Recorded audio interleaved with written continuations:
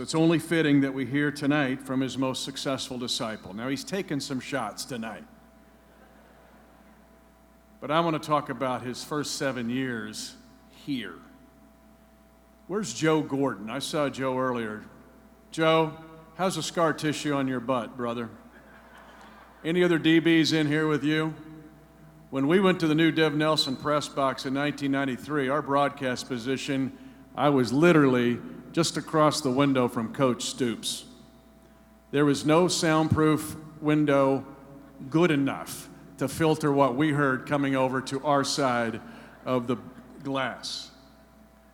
I knew one of the first times I met him that he was going to be something special. A great person in his own right. His career has been brilliant. He led Oklahoma to the national championship in 2000. He won 10 Big 12 titles in his 17 years as head coach. I'll thank him for the cauliflower ear that I've got from the time that I shared with him here. But it was a blessing from the Lord to be with him those 7 years here. And Coach, I think it'd be safe to say I'm not sure we could have got it all done without guys like Coach Stoops. Thank you so much. Gosh, it's great to be back here. Love Manhattan, Kansas. My wife and I, Carol and I, absolutely loved our time here. 7 years here with Coach Snyder. I think Coach, he got me on board maybe in the first 2-3 weeks that Coach was here. And what a blessing, you know, and so many great memories and so many great relationships and friends. So we're elated to be back with you, and every man a Wildcat, even me tonight, all right? So, that's right.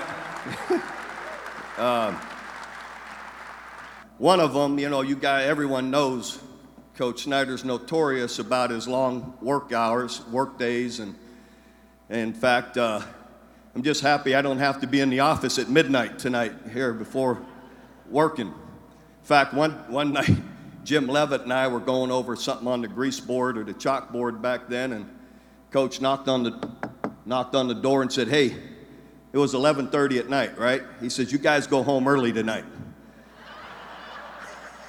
And Jim and I kind of, you know, chuckled like, "Yeah, okay," like he's kidding. And Coach looked at us like, "What are you laughing about?" Like he meant it, you know. So. But the other thing I'm excited to be here tonight, I don't have to deal with them tomorrow in a game.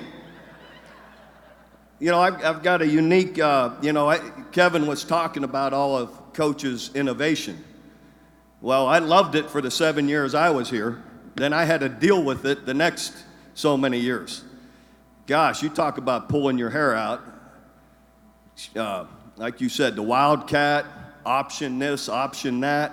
Fullback running down the middle instead of blocking somebody. I mean, found every way to score a touchdown you could possibly think of. And like I said, I have so many great memories here coming back, but I also have some of my worst nightmares with Coach.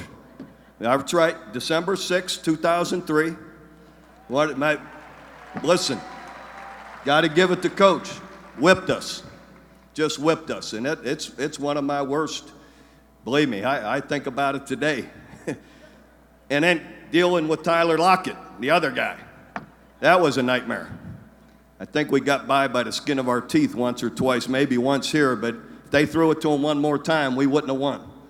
So, but anyway, it's fun to be here. People would ask me, how do you play Kansas State? And I was always for Kansas State, as long as they weren't playing us.